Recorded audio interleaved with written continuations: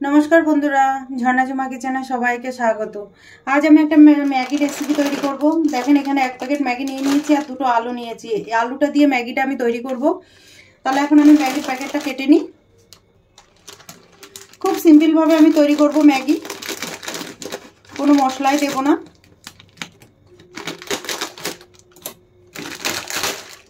দেখেন ম্যাগির প্যাকেট কেটে নিয়ে নিয়েছি। গ্যাসে আমি কড়াই বসিয়ে দিয়েছি। কড়াইতে আমি দিয়ে দিচ্ছি জল। আমি 1 গ্লাস জল দিয়েছি।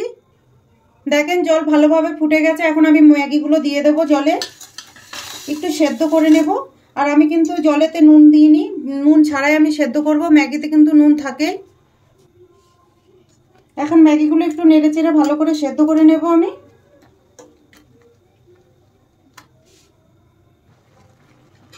ম্যাগি দেখেন সেদ্ধ হয়ে গেছে। এখন ওপর থেকে একটুখানি আমি সাদা তেল দিয়ে দিচ্ছি, যাতে ম্যাগিগুলো আলাদা আলাদা থাকে, একসাথে জয়েন হয়ে না যায়, সেই জন্য দিলাম। এখন আমি জল ঝরিয়ে নেব ম্যাগি। দেখেন ম্যাগিগুলো আমি সেদ্ধ করে জল দিয়ে ধুয়ে নিয়ে নিয়েছি। জল দিয়ে ধুয়েছি বলে এরকম ঝুরঝুরে হয়েছে। দেখেন ম্যাগিগুলো। কড়াই গরম হয়ে গেছে, কড়াইতে দিয়ে দিচ্ছি আবার আমি তেল।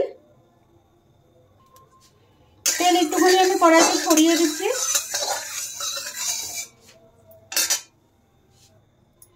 এখন আমি দিয়ে দেব ডিম।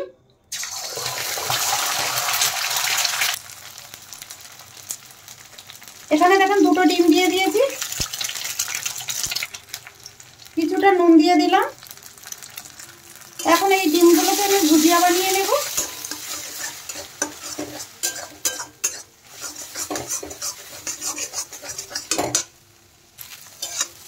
দেখেন ডিমগুলো আমার ভালো করে ভাজা হয়ে গেছে। এখন আমি বাটিতে তুলে নিচ্ছি।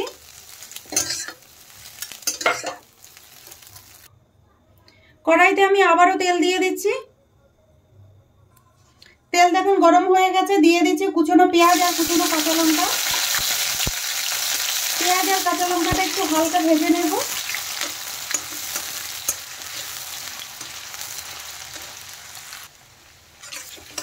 দিয়ে দিচ্ছি কুচনো আলু। এখানে দুটো আলু দিয়েছি আমি কুচিয়ে। এর সাথে কিন্তু আপনারা অন্য সবজিও ব্যবহার করতে পারেন, যেমন বিনস, গাজর, বাঁধাকপি, এগুলো ইউজ করতে পারেন। দিয়ে দিলাম পরিমাণ মতো নুন, হলুদ গুঁড়ো। এখন আর একটু নেড়ে চেড়ে কিন্তু এবার আলুগুলোকে ভালো করে ভেজে নিতে হবে।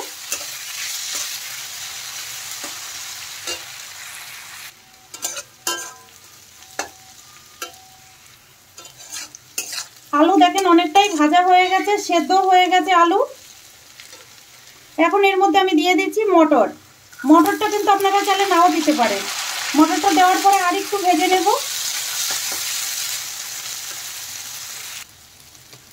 দেখেন আলু মটর কিন্তু ভালোভাবে ভাজা হয়ে গেছে। এখন আমি সেদ্ধ করা ম্যাগিটা অ্যাড করছি। ম্যাগি দেওয়ার পরে একটু ভালোভাবে নেড়ে চেড়ে মিশিয়ে দেব।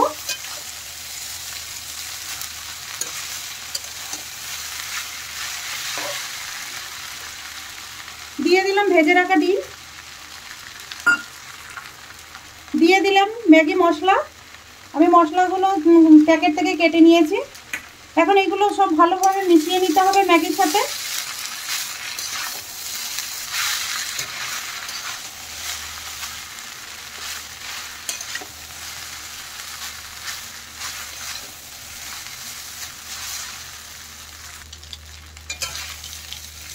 এইভাবে দুটো চামচ দিয়ে কিন্তু মিশিয়ে নিতে হবে, তাহলে কিন্তু পুরো ম্যাগির সাথে মশলাগুলো ভালোভাবে মিশে যাবে।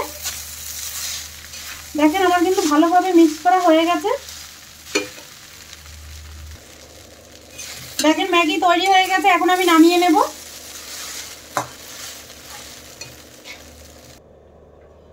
এখন আমি ম্যাগি কিন্তু প্লেটে নিয়ে নিচ্ছি।